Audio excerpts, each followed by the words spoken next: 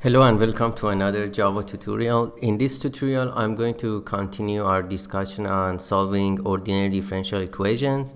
And in the last lecture, we looked at the midpoint method, and we said that the midpoint method gives us a better error compared to the Euler. So Euler's error was 1 over n. Midpoint gives us 1 over n squared, but the price that we are paying is calculating the function f of x and y twice. Instead of Euler method, that was just 1.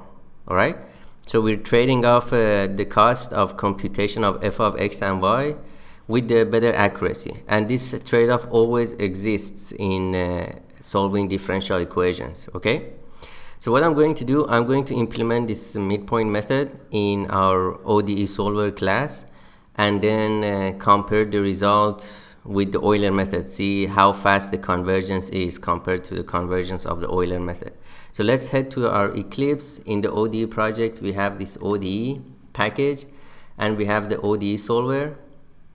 To refresh your memory, the ODE solver takes an initial condition, x0, y0, and a derivative function that defines f of x and y, and the derivative function just returns a double value.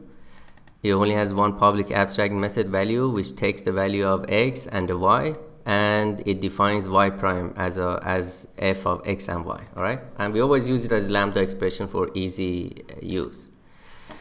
So we created this Euler sequence, and we said that if we want to find the solution at any x1 point, we just do this iteration in the for loop n times, and in x and y are start with x0 and y0, and after each loop they become xn and yn, all right, at the end of the for loop. And then we said that we can return the Euler by doing a fourth order Richardson to accelerate the convergence. Okay, and if we pass in an array to the Euler solution and use Euler solution, we can use each evaluated point as the initial condition for the next point, and this helps a lot with the convergence of the stability of the solution as we get farther and farther away from the initial point. All right, so what I'm going to do, so I'm going to do exactly this, but for the midpoint sequence. So midpoint sequence, so for the midpoint method. So if n equals 0, obviously we're just at the beginning, we return y0, and then we define x, y, and h, and here we're defining our sequence. So the midpoint sequence is y plus h times f at x plus h over 2. So we have this midpoint 0.5 times h, and we said that we don't know the exact value of y at basically at the midpoint, so we simply use an Euler method to approximate it. So y plus 0.5 h times func.value at x and y. All right, xn and yn times half of h plus yn gives me yn plus half, the midpoint of y, and then x plus half. All right, so basically we are evaluating, we're saying that yn is yn plus h times f of x, basically x with the index of n plus half, and y with the index of n plus half, something like this. All right, so we're calculating the f at the midpoint, and again yn plus half is approximated using an Euler method. All right, so I'm going to delete this. So this is our midpoint sequence, and the rest are exactly the same. So we can have a method called midpoint, and we just take the midpoint sequence and evaluate at the point x1 that we're trying to find the solution. It gives us a sequence that converges to the exact solution at x1. We Richardson it, and then we evaluate it, let's say at 100 point. All right. Well, what I'm going to do, I'm going to create a test class. So test midpoint. Let's have a main method here, and in the main method I'm going to invoke, let's say, test1, and in the test1, so test1 is going to be public static void test1. All right, and in the test1 I'm going to look at one of the previous solutions that we did for Euler. So this is just y prime equals minus y, and we're creating a sequence, and we look at the convergence of that sequence. So here, let's remove this timer. Okay, so y prime equals negative y, ODE solver, and then yn, let's say Euler. We don't want to recharge on it, so I'm looking at the Euler sequence, and then another sequence yn midpoint. ODE solver dot midpoint sequence at 0.5. All right, so again looking for y 0.5. Let's add the semicolon here. So we have two methods, two sequences with different method Euler. So here the error is obviously 1 over n, for the midpoint 1 over n squared. So we expect to see a better convergence or faster convergence for yn in terms of the error, right? How fast the error goes down. So I'm going to change this name to, let's say, yn Euler vals. Okay, and then we're going to copy paste this yn midpoint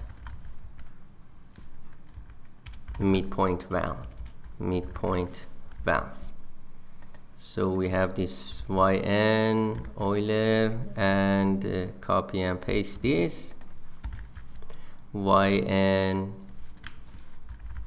midpoint vals, and it's yn midpoint. Okay, so yn Euler, let's plot it with blue color, and then fig dot plot x indices, and yn midpoint vals, let's plot it with r, and we render it. Let's turn the markers on and number of partitions. All right, so everything is set. We're just going to run it, and it doesn't show the window, the plot, because I'm running it on a Mac, so I have to go to the VM argument and remove this check mark. All right, now we see that, and let's look at the convergence. I'm going to do a fast configure here, and then let's go full screen. So the red one is the midpoint method, and the blue one is the Euler method. And as you can see, we definitely have a much faster convergence for the midpoint method, right? Because it's not a much faster, but it's definitely faster than the Euler method, at least by 1 order of magnitude in terms of error, because it's the error is proportional to 1 over n squared. So as you can see, it's faster, and we can actually look at that by, let's create another test and calculate the error, the absolute error, public static void test2.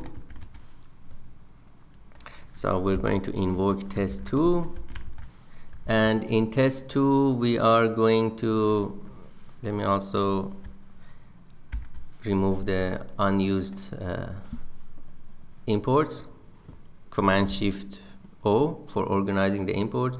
In the test2 I'm going to basically copy and paste the same thing, but here I'm going to create a double value, double exact, and we know that the solution here was e to the minus x, right, minus 0.5. And now we're going to basically, in the Euler values, I'm going to calculate math.abs, evaluate at I minus exact, and then the same thing here, math.abs yn midpoint minus the exact. All right, so we are calculating the absolute error, and then again we're plotting this, and here is just the error or absolute error, and most likely we're going to plot it on a log scale, but just like let's add the linear scale. And as you can see, the midpoint method has a much faster drop in the error, so the midpoint method by itself is much better. It looks much better, because the error has one order of magnitude better performance than the Euler, right? And the price that we are paying is that we are evaluating our f of x and y twice, right? One for estimating yn plus half, the midpoint using the Euler approximation, and then one for evaluating the y at n plus 1, which is this evaluation. We're evaluating twice, but we get a much better error. So if the calculation of the function doesn't have computation cost that much, it's not a complicated function, so it's better to go with methods that have more evaluations of the functions but give us much better error rate, right? So I'm going to also plot this error on the set y-axis to log, just to see the log here. Okay, so you can clearly, so let me also increase the font size, fig.font, let's say 17. All right, now you can clearly see that how fast it is for the midpoint to drop, right? And it's kind of like one order of magnitude. So we know that error is 1 over n for Euler and 1 over n squared. So if the Euler method is 10 to the negative 3, the error for midpoint should be around 10 to the negative 6, something like that. I mean, here we see that as we get here, error better than 10 to the negative 3. For midpoint, it's about 10 to the negative 5, 6. So that's more or less in the same ballpark as we expect it to be, all right? So it's not one order of magnitude better in terms of the absolute error. It's whatever we had for the Euler, you square it. So if the absolute error was 10 to the negative 2, for midpoint we get 10 to the negative 4, right? So it's like 2 orders of magnitude improvement instead of 1 order. That's why the midpoint has much better convergence, okay? And yeah, so, and again, the beauty of the way that we implemented these methods in Java using the concept of sequence is that no matter what method we use, the approach is almost exactly similar. So we always start with a sequence for that method and we update only this one line, the way it iterates and calculates yn plus 1 from yn. That's the only thing that we update as we go to other methods. And the rest is exactly the same. So midpoint, so I can also have it's a method, midpoint method, that finds the solution at a given array of x values, and here instead of Euler are called midpoint. Everything else is exactly the same, and we are updating the initial condition as we progress in the evaluation of this array, the solution, okay? Okay, so back to our slides, but again, nobody uses midpoint because midpoint and Euler are both special cases of a general approach called Runge-Kutta, and the most commonly used Runge-Kutta is Runge-Kutta of order 4, so 4th order Runge-Kutta. And again, the problem is that we are giving a one-dimensional function, y prime, f of x and y, and we want to solve the initial value problem. If ya is given, y of a, then what is y of b at some later point? And again, from a to b, we discretize the interval into n sub-intervals. We stick with uniform partitioning because of avoiding a lot of complexities to deal with the quadrature method or whatever. So xn plus 1 for each sub-interval is xn plus h, and h is the same for all the subintervals, b minus a over n. So the length of the subinterval is inversely proportional to the number of subintervals. So we can express the error either in terms of the orders of h or orders of 1 over n. And then Runge-Kutta says that in order to go from yn to yn plus 1, use this expression, yn plus 1 over 6 times k1 plus 2k2 plus 2k3 plus k4. And k1 is h times f of xn and yn, and x and yn are the beginning, starting point of the nth subinterval. All right, k2 is h times f of xn plus h over 2, which is the midpoint, and yn plus k1 over 2. k3 is h times the f of xn plus h over 2, yn plus k2 over 2. So we calculate k1, put it here, calculate k2, put it here, calculate k3.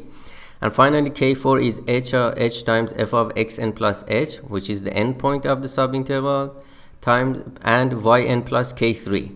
So it's more like, in order to get k4 we need to calculate k3. In order to calculate k3 we need to calculate k2. And in order to calculate k2 we need to calculate k1.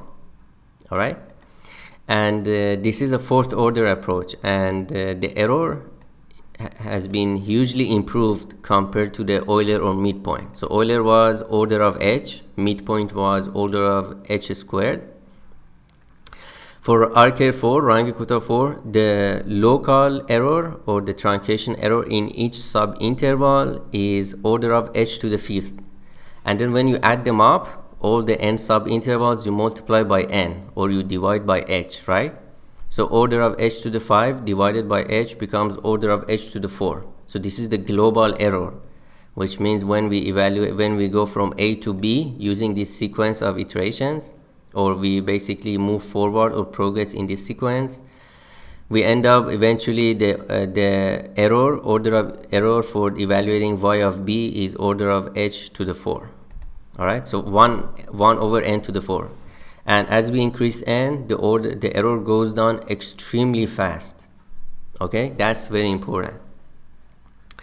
Now there are two things here that you can immediately see.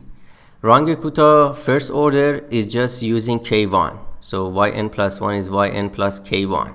All right, and or basically you substitute k2, k3 and k4 with k1, and you end up with yn plus k1, and that's exactly the Euler method.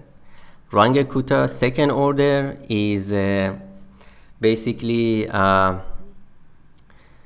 k2, yn plus 1 is yn plus k2, and that's exactly the midpoint method. Okay, so if we look at the midpoint method, it's exactly equal to the k2 because we calculated the y at the midpoint, yn plus half, using the Euler method.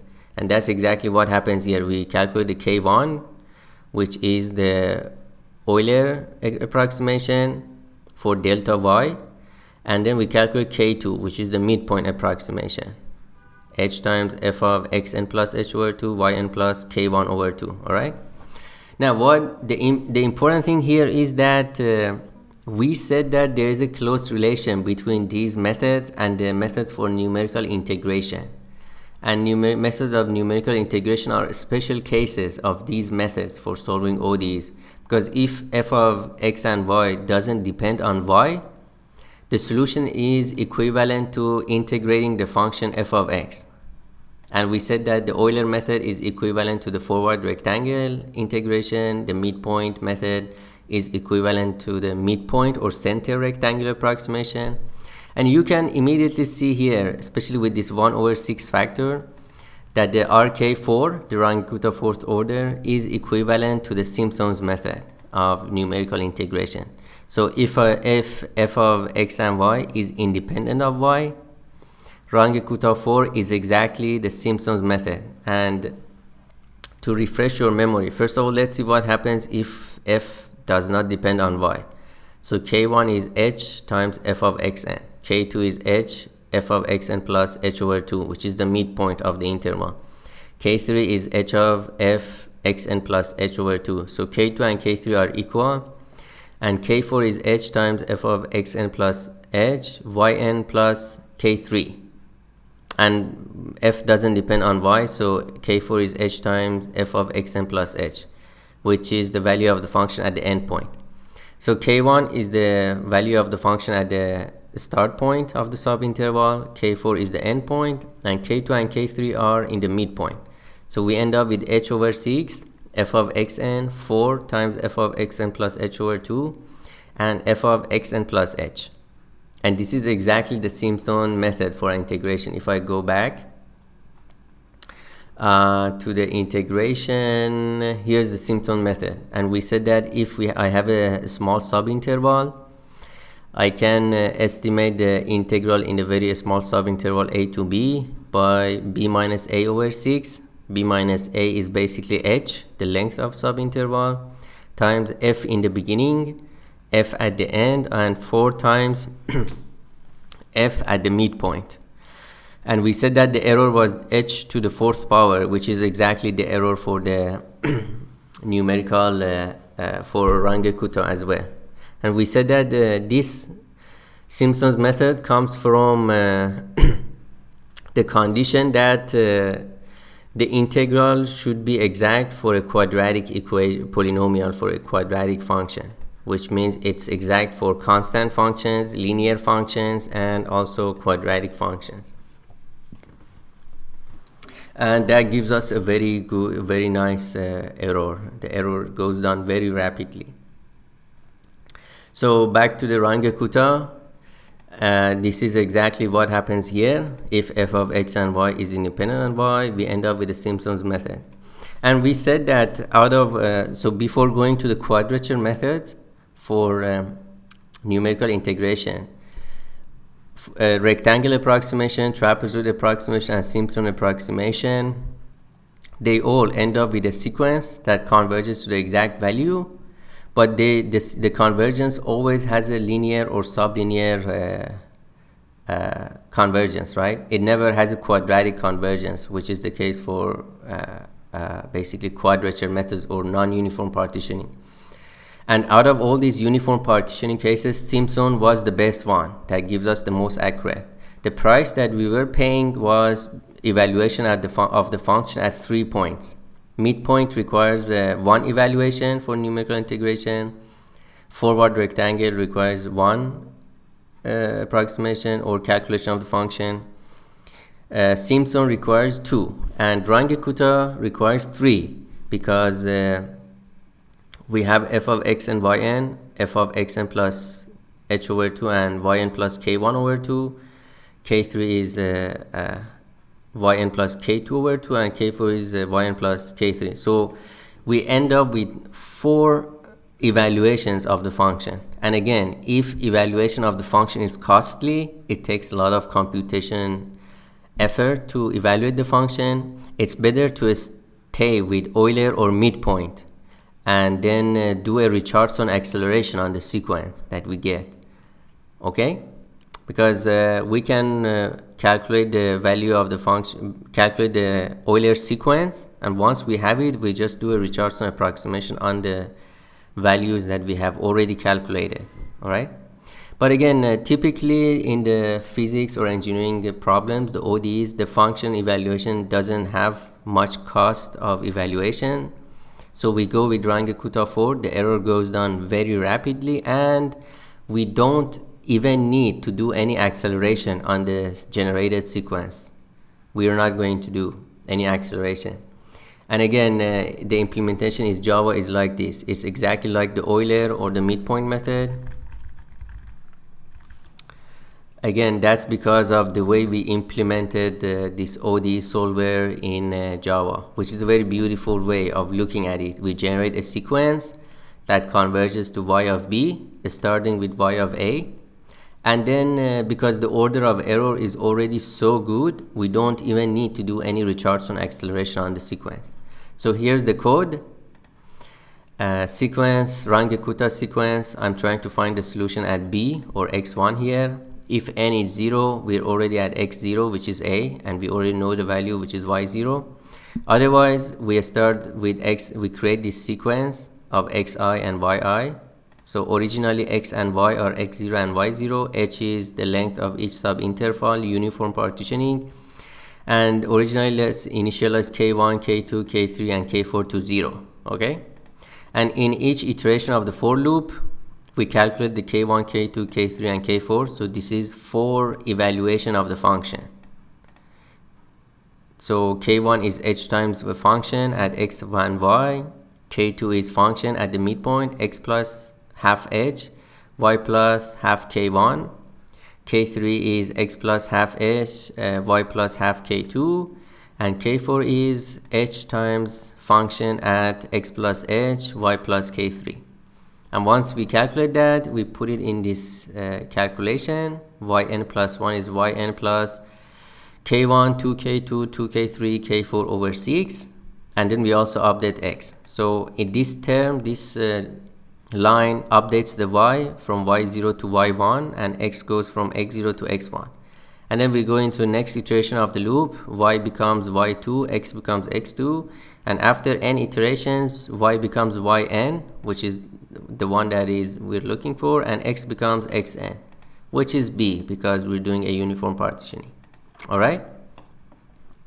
And again, the error is already 1 over n squared. So if we evaluate at n equals 5 or n equals 10, we should be very good in terms of getting a extremely small error.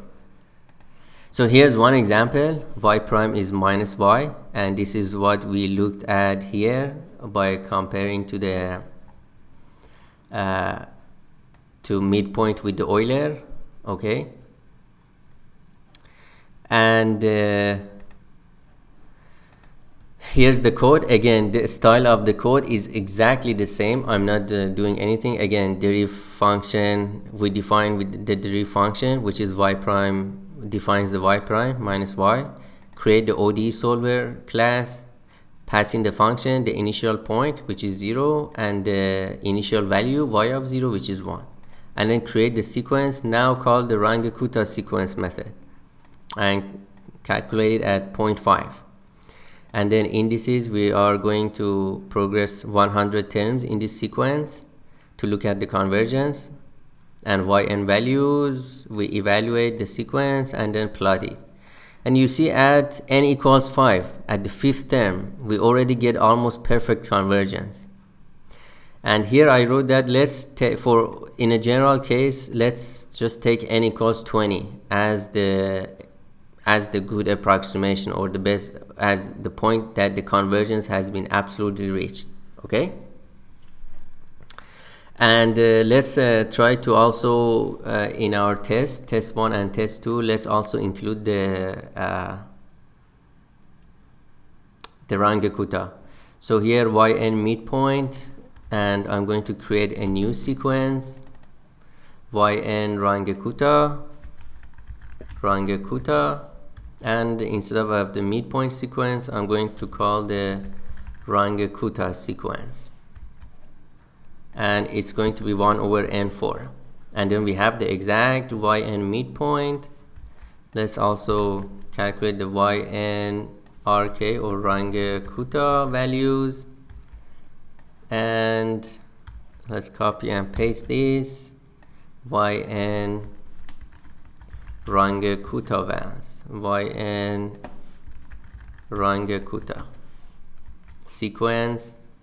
We're evaluating at I minus exact, and let's also plot it yn Runge-Kutta values with, let's say, magenta color. All right, so let's run it. Wow, look at this beautiful convergence. It's so good that like it completely obliterates the Euler and the midpoint method, and that's what we expect. So at 100 terms, we get more than 1, 2, 3, 4, 5, 6, 7, 8, 9, 10, more than 10 decimal places of accuracy for the absolute error when we are evaluating the solution at 0.5, right? So Euler after 100 terms gives us about 2 decimal places of accuracy, and the midpoint method gives us about 5 decimal places of accuracy, and the Runge-Kutta fourth order gives us about more than 10 decimal places of accuracy. That's incredible. And generally RK4 or Runge-Kutta 4 is considered the best trade-off between function evaluations, the cost of function evaluation, and basically the cost of error, the truncation error. So we end up with 4 evaluation of the function, and we end up with very good error So mostly it's considered a golden trade-off between the number of evaluations of the function and the error that we get for the solution. Okay? And again, we don't even need to do any Richardson acceleration of the sequence. It's already so good that we don't even need to improve the error rate. So here's another thing that we discussed for the Euler and midpoint is that we can use the trick of when we are evaluating the solution over an array of points, let's say x0, x5, 10, 50. We can use the previously calculated points as the initial condition to calculate the next point, and that avoids the case when the interval becomes large, because the error also depends on the total interval. So if we are starting with the initial point of 0 and we want to find the solution at 50, the error is could in theory be much larger than when we're trying to evaluate the function at x equals 5, right? There's a factor of 10 here. But then if we progress in the solutions in the x values and use the previous solution as the initial point for the new one, it also helps with the stability. All right, so this is a trick that you should always keep in mind. Once we're trying to solve the ODE for multiple values of x, we can start from the initial point, calculate the next one, and use the next one as the initial condition for the next one. All right, so this is the one way that we can stabilize the numerical integration. And I hope you enjoyed this lecture. So we have finished our study of all the methods, or the most commonly used methods for solving ordinary differential equations. The next thing is to look at how we can solve a system of ordinary differential equations. So basically what happens if I have y1 prime, if I have two functions, let's say y1 and y2, or y and z, and y prime is a function of x, y and z, and z prime is also another function of x, y and z. So I have two differential equations, first order ODEs, that are coupled to each other, and we will look at how to solve them exactly using the concepts and the sequences that we have looked here, exactly using the same methods, but now we have to extend to an array or a system of differential equations. So please stay tuned. I hope you enjoyed this lecture, and I'll see you in the next one.